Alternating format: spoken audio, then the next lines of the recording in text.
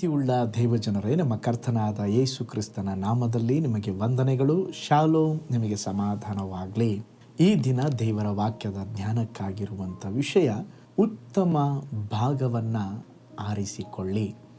ಅದಕ್ಕೆ ಆಧಾರವಾಗಿ ಲೂಕನ ಬರೆದ ಸುವಾರ್ತೆ 10ನೇ ಅಧ್ಯಾಯ 41 ಮತ್ತು 42ನೆಯ ವಚನ.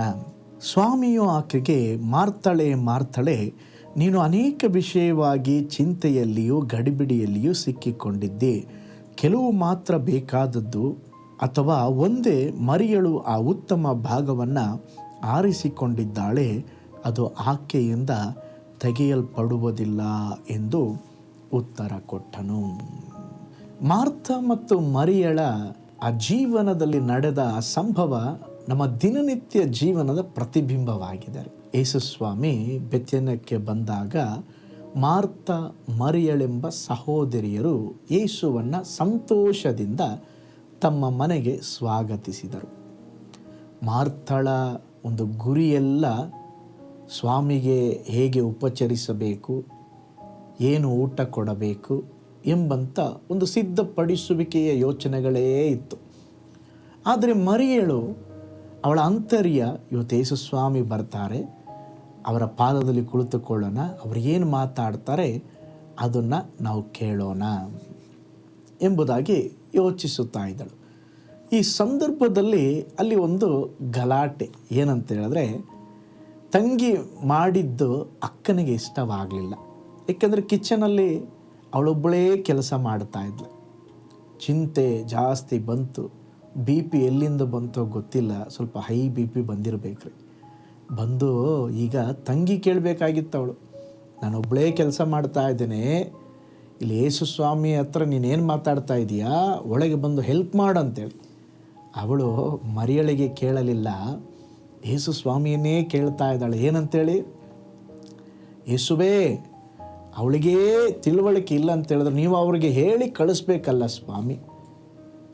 ನಾನೊಬ್ಬಳೇ ಕಷ್ಟಪಡ್ತಾ ಇದ್ದಾಳೆ, ನನ್ನೊಬ್ಬಳನ್ನೇ ಬಿಟ್ಟಿದ್ದಾಳೆ ಅವಳು. ಹಾಗೆ ಯೇಸುಸ್ವಾಮಿ ನೆನೆಸಿದ್ಲು ಮಾರ್ತಳು, ಯೇಸುಸ್ವಾಮಿ ನನಗೆ ಸಪೋರ್ಟ್ ಮಾಡಿ ಮಾತಾಡ್ತಾರೆ. ಆದರೆ ಯೇಸುಸ್ವಾಮಿ ಹೇಳ್ತಾ ಇದ್ದಾರೆ ಏನಂತೇಳಿ, ಮಾರ್ತಳೇ ಮಾರ್ತಳೇ, ನೀನು ಕೆಲಸದಲ್ಲಿ ಗಡಿಬಿಡಿಯಾಗಿದ್ದೀಯಾ, ಚಿಂತೆಯಲ್ಲಿ ಯೋಚಿಸ್ತಾ ಇದ್ದೀಯಾ. ಆದರೆ ಮರಿಯಳು ಉತ್ತಮ ಭಾಗವನ್ನು ಆರಿಸಿಕೊಂಡಿದ್ದಾಳೆ. ಇವತ್ತಿಗೆ ಕೂಡ 2 ತಂಡ ಇದ್ದೇ ಇರ್ತಾರೆ. ಒಂದು ಮಾರ್ತಳ ತಂಡ, ಇನ್ನೊಂದು ಮರಿಯಳ ತಂಡ. ಈ ಮಾರ್ತಳ ತಂಡದ ಉದ್ದೇಶ ಏನು? ಅವಳ ಉದ್ದೇಶ ತಪ್ಪಾಗಿರಲಿಲ್ಲರಿ. ಯೇಸುಸ್ವಾಮಿಗೆ ಒಳ್ಳೆ ರೀತಿ ಉಪಚಾರ ಮಾಡಬೇಕು, ಅದರಲ್ಲೇನು ತಪ್ಪಿಲ್ವಲ್ಲ.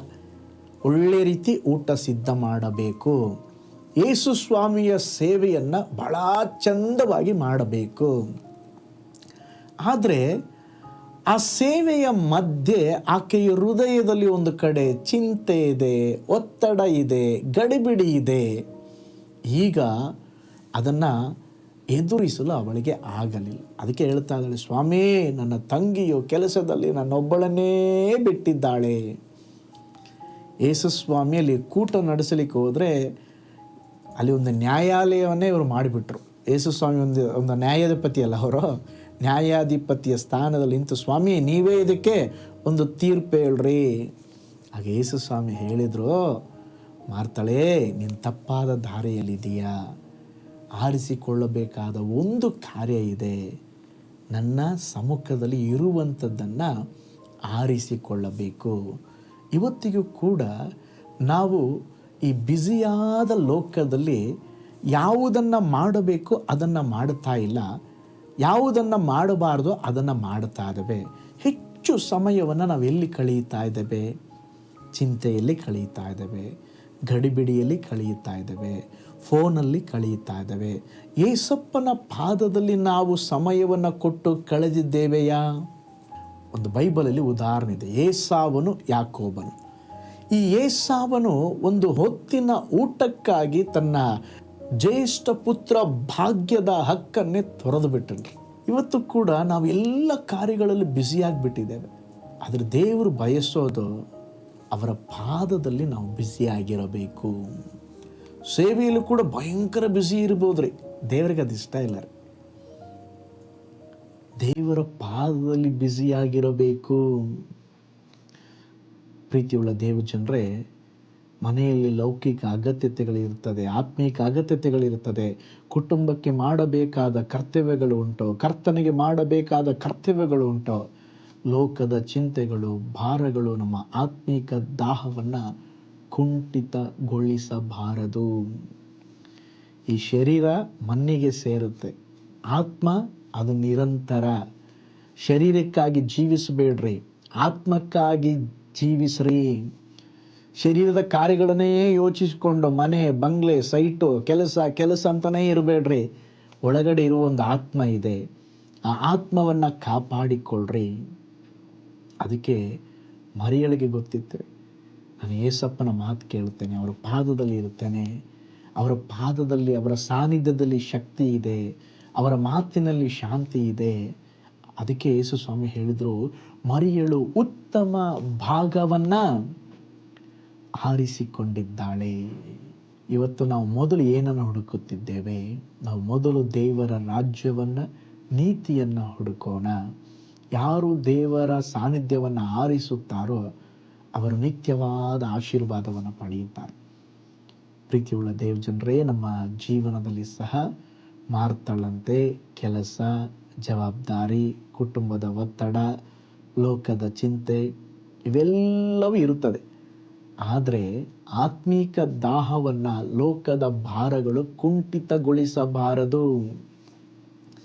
ನಾವೇನು ಮಾಡಬೇಕಂದ್ರೆ ಒಂದು ಸಮತೋಲನವಾಗಿ ಜೀವಿಸಬೇಕು. ಮಾರ್ತಳ ಹಾಗೆ ಕೈಗಳಿರಬೇಕು, ಮರಿಯಳ ಹಾಗೆ ಹೃದಯ ಇರಬೇಕು. ಮಾರ್ತಳ ಹಾಗೆ ಕೈಗಳಂದ್ರೆ ಏನು? ಸೇವೆನೂ ಮಾಡಬೇಕು. ಮರಿಯಳ ಹಾಗೆ ಹೃದಯ ಅಂದರೆ ಏನು? ದೇವ ಸಮ್ಮುಖದಲ್ಲಿಯೂ ಇರಬೇಕು.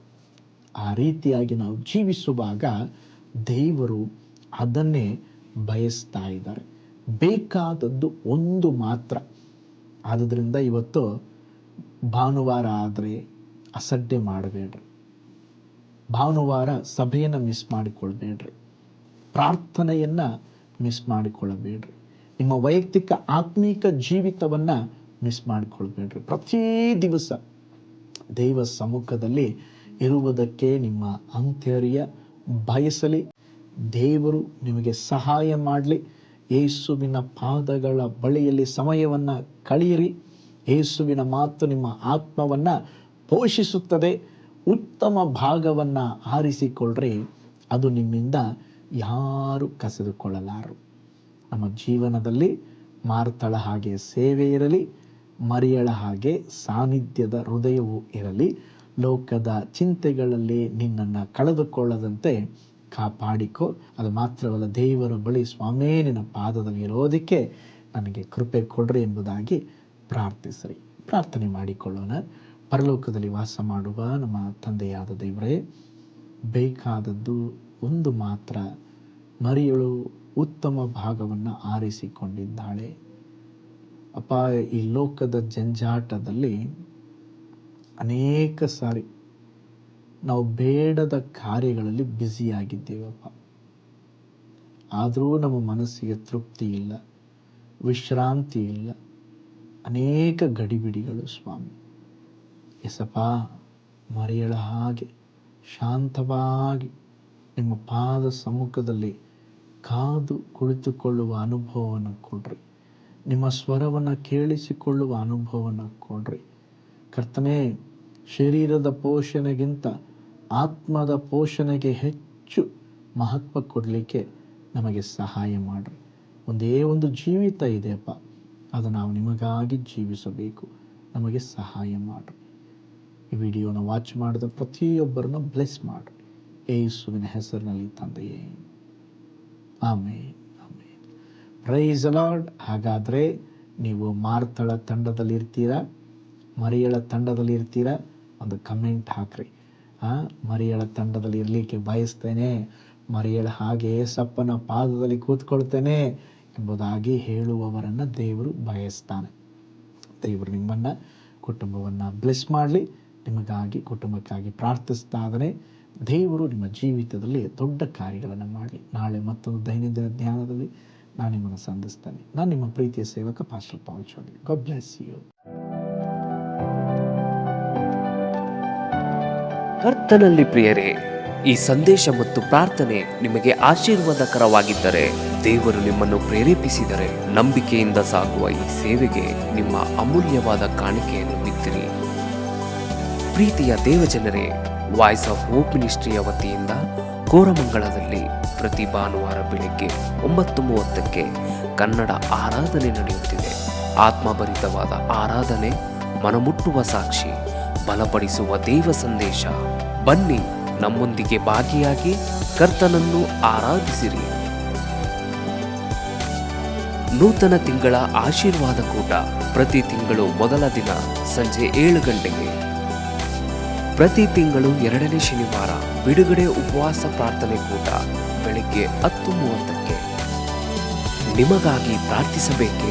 ನಿಮಗೆ ಯಾವುದಾದರೂ ಪ್ರಾರ್ಥನೆ ಮನವಿಗಳು ಇರುವುದಾದರೆ ಕೆಳಗಿನ ನಂಬರಿಗೆ ಕರೆ ಮಾಡಿ ಅಥವಾ ವಾಟ್ಸಪ್ ಮಾಡಿರಿ.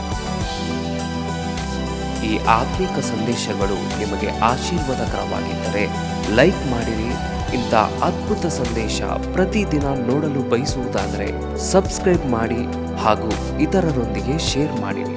ಕರ್ತನು ನಿಮ್ಮನ್ನು, ನಿಮ್ಮ ಕುಟುಂಬವನ್ನು ಆಶೀರ್ವದಿಸಲಿ.